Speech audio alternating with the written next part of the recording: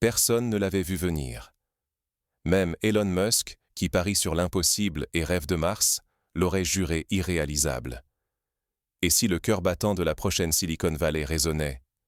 Non pas à San Francisco, ni à Shenzhen, mais au Sahel, sur cette terre de poussière et de courage qu'est le Burkina Faso? Imaginez ce matin d'août 2025 à Ouagadougou. La chaleur pèse, la ville vibre d'une attente sourde.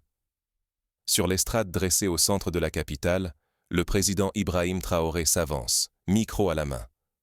Son regard, grave et déterminé, scrute la foule, et plus loin encore, le monde qui observe sans comprendre. Mais aujourd'hui, il ne prononcera pas un discours ordinaire. Aujourd'hui, il vient déchirer le voile des certitudes et bousculer l'ordre établi. En quelques minutes à peine, il dévoile 3 innovations. La première, un système d'eau douce révolutionnaire, compact et robuste, capable de transformer la survie en droit fondamental, même lorsque la sécheresse broie le pays sans répit. La deuxième, le tout premier camion militaire électrique d'Afrique.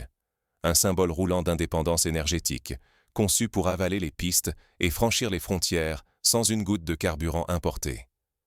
La troisième, un drone agricole, œil attentif et bras invisibles, promettant des récoltes généreuses même sous un soleil de plomb. Ce n'est pas un conte de fées, ni un scénario de science-fiction. C'est le Burkina Faso, l'un des pays les plus pauvres du continent, qui ose défier les géants. Là où l'on voit souvent l'Afrique comme une simple cliente de la technologie, Ouagadougou bouleverse le récit. Désormais, l'innovation jaillit du sol africain, trempée dans la nécessité, sculptée par la détermination, portée par le rêve d'une souveraineté réelle. Pourquoi ce moment compte-t-il autant? Parce qu'ignorer cette bascule, c'est risquer de rester de simples spectateurs, alors que la souveraineté africaine se forge ou s'efface une nouvelle fois sous la pression des puissances étrangères.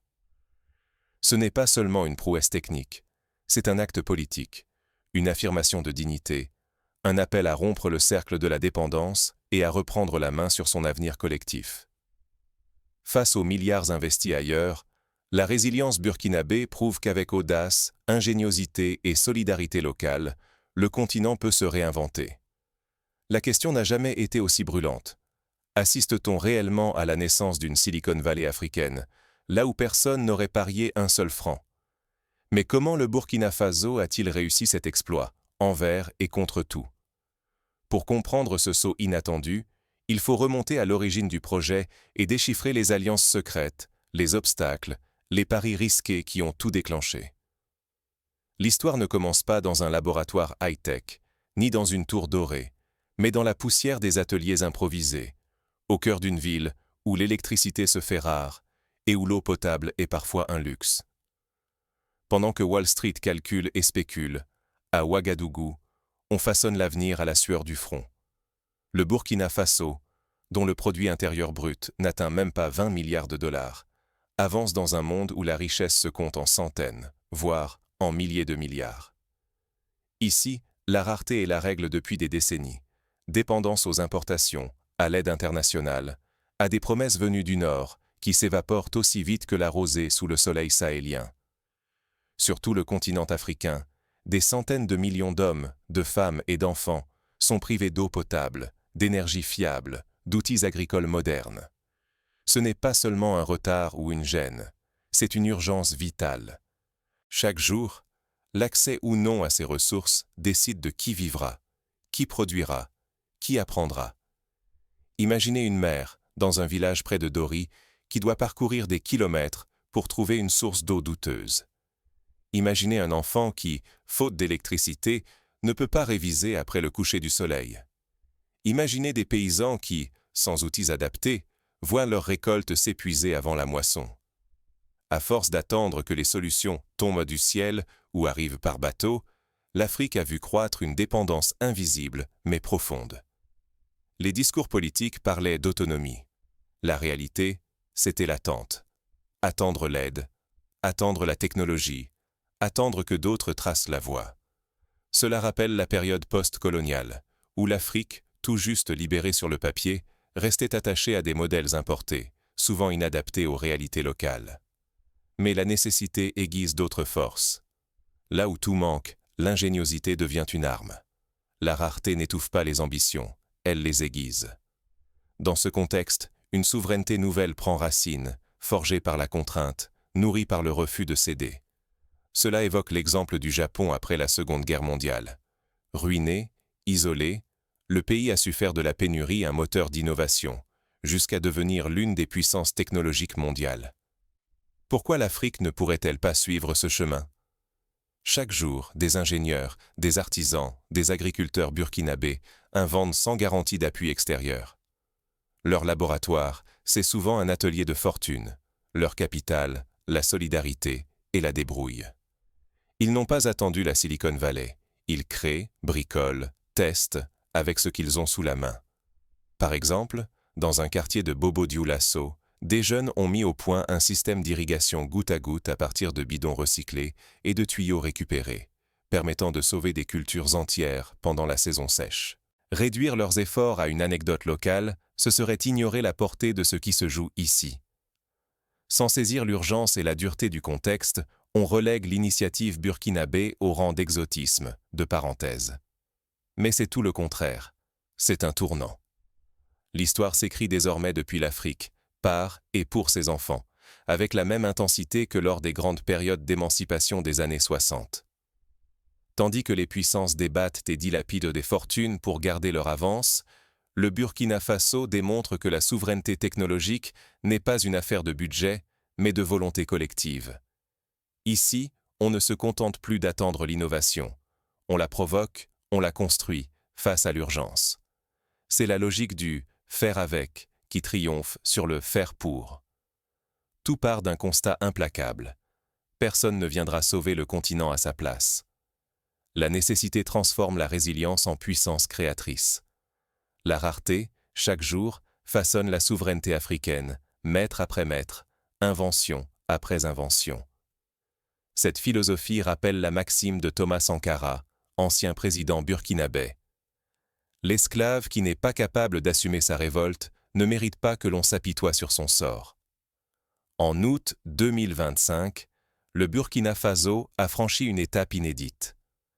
3 inventions majeures voient le jour, bouleversant les certitudes et forçant le monde à regarder l'Afrique autrement.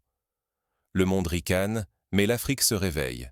Une poignée d'ingénieurs ose défier Wall Street et Bruxelles, bien loin du regard des puissants. Dans l'ombre, dans des ateliers modestes de Ouagadougou, une révolution s'invente. Nul besoin de brevets internationaux, ni d'investisseurs milliardaires, juste la rage de créer, coûte que coûte. Chaque vis serrée, chaque ligne de code, chaque étincelle de soudure proclame une certitude.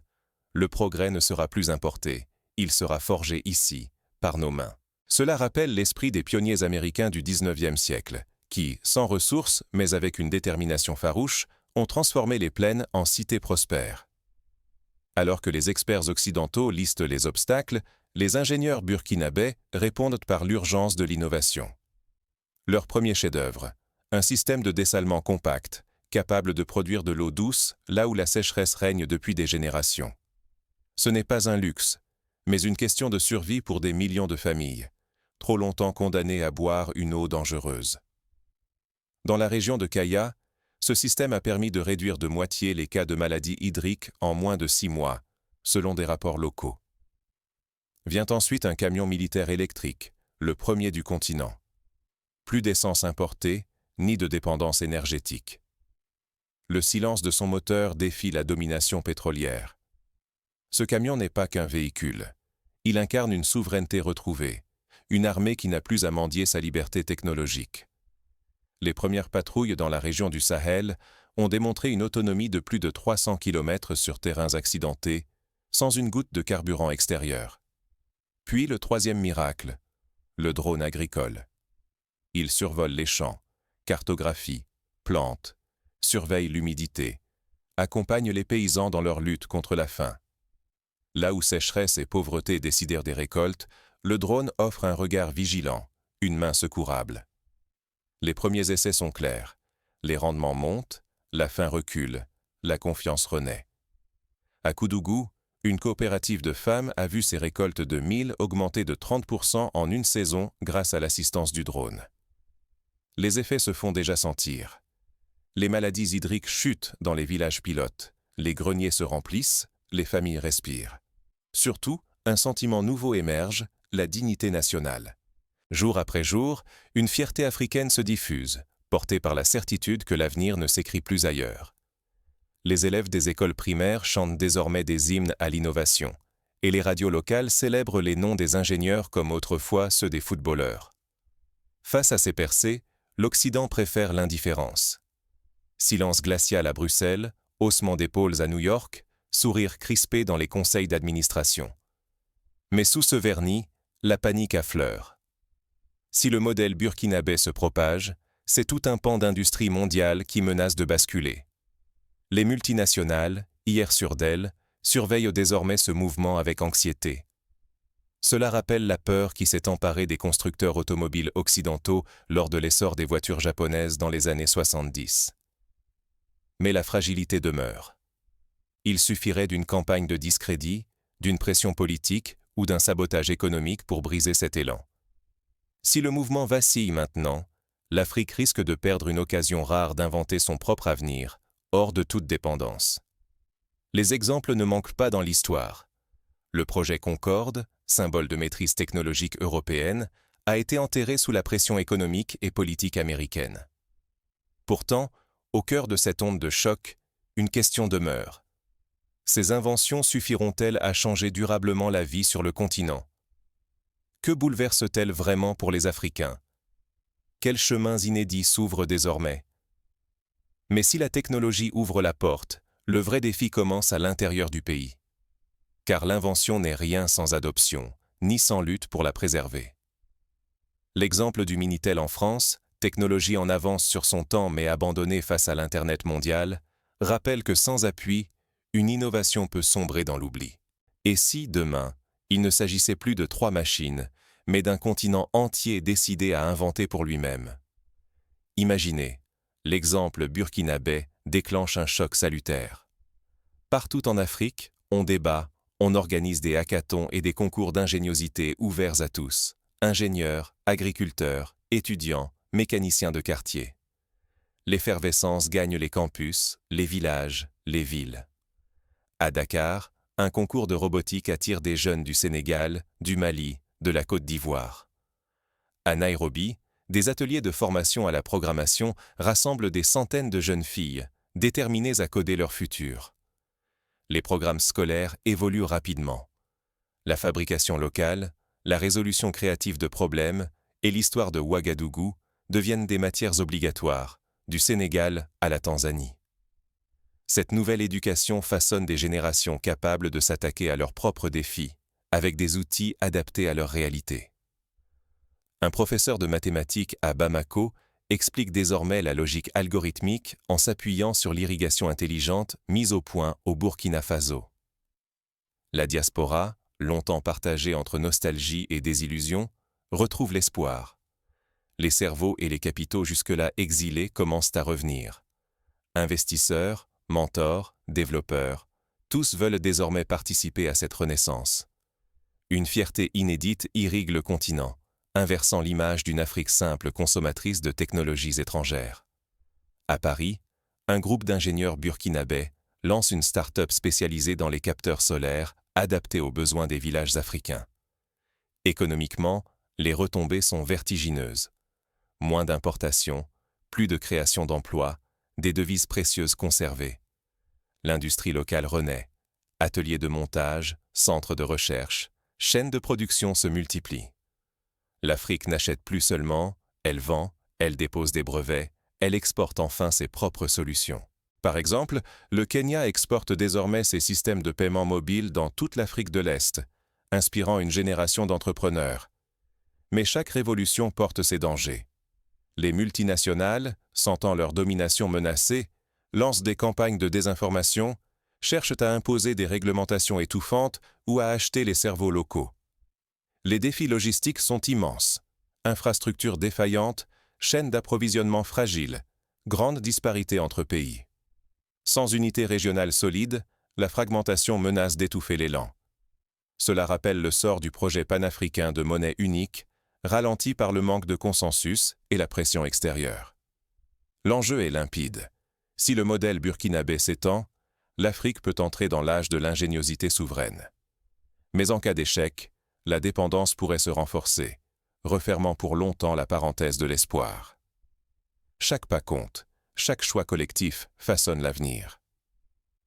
Comme pour le projet du barrage d'Assouan en Égypte, qui a transformé un pays et inspiré un continent, le succès ou l'échec d'une telle initiative ne concerne pas que le Burkina Faso, mais toute l'Afrique, et bien au-delà. Face à ce tournant historique, que faire concrètement? Quelles actions, à l'échelle individuelle et collective, permettront d'ancrer ce mouvement dans la durée? La suite vous proposera des pistes claires pour que chacun devienne acteur du changement.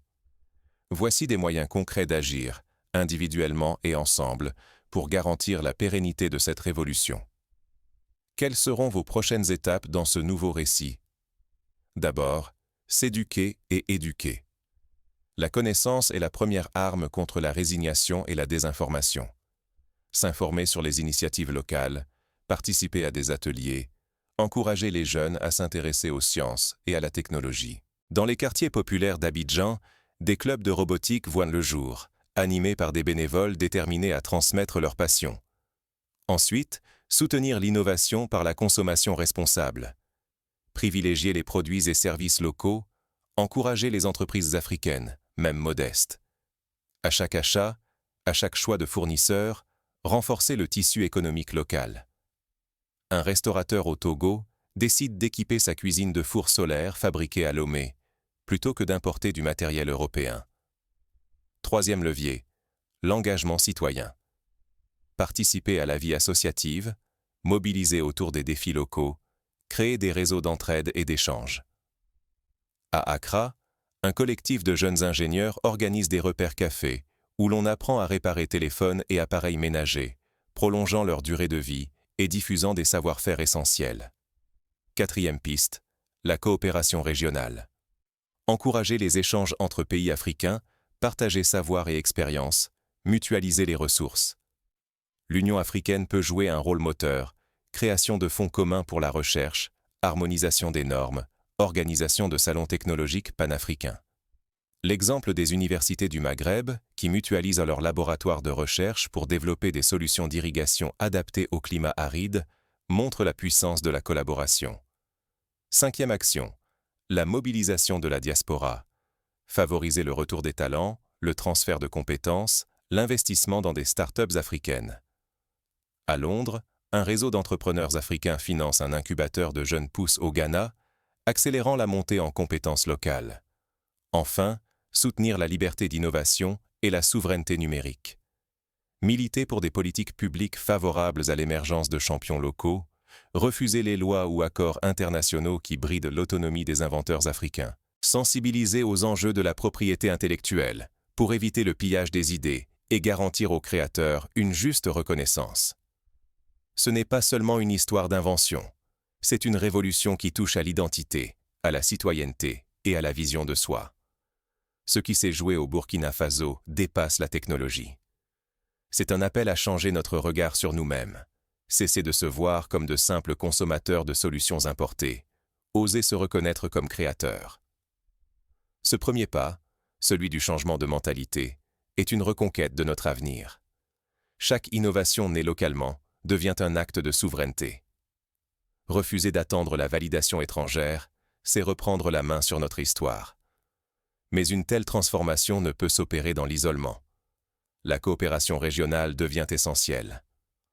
En unissant connaissances, ressources et expériences, les pays africains multiplient leur impact. À plusieurs, ils divisent les obstacles et bâtissent une force collective impossible à ignorer. Cette dynamique repose sur la valorisation de l'éducation et de la formation technique. Quand l'école met en avant l'inventivité, quand les jeunes voient des ingénieurs africains réussir, la fierté collective s'ancre. Ce sentiment d'appartenance et d'espoir suscite des vocations et mobilise des talents.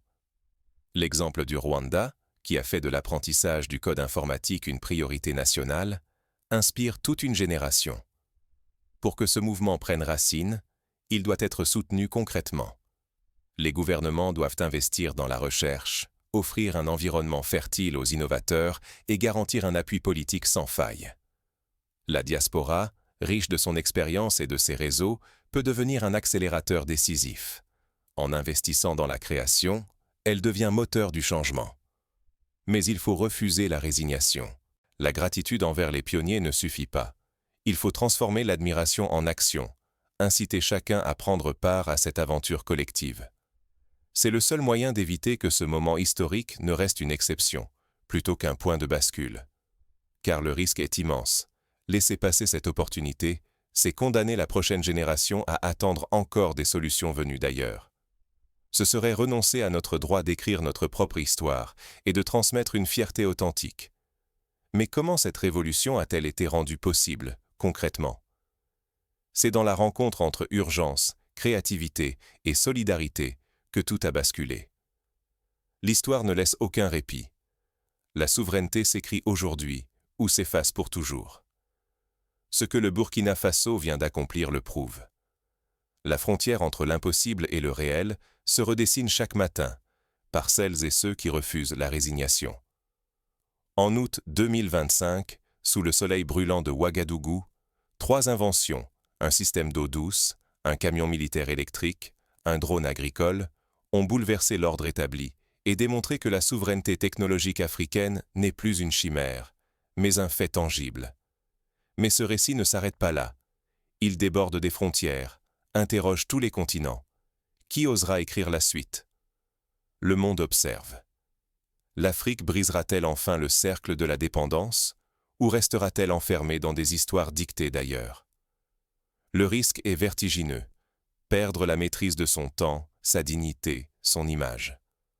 Pourtant, l'opportunité est à la hauteur du défi. À chaque geste, chaque mot, chaque partage, vous pouvez nourrir l'élan né à Ouagadougou. Votre choix, votre engagement décideront si l'Afrique façonnera son propre avenir ou si elle restera spectatrice de son destin qui file. Ne sous-estimez jamais la force d'un commentaire, d'un partage, d'une discussion. Ici, il ne s'agit pas seulement de technologie. C'est une affaire de souveraineté, de fierté, de transmission. Refusez d'être simple spectateur. Devenez le relais du changement. Car l'histoire ne se répète pas. Elle se réinvente, à chaque souffle, à chaque tournant. Ce moment crucial n'appartient pas qu'aux ingénieurs ou aux présidents, mais à chaque rêve qui refuse de s'éteindre. À vous de jouer,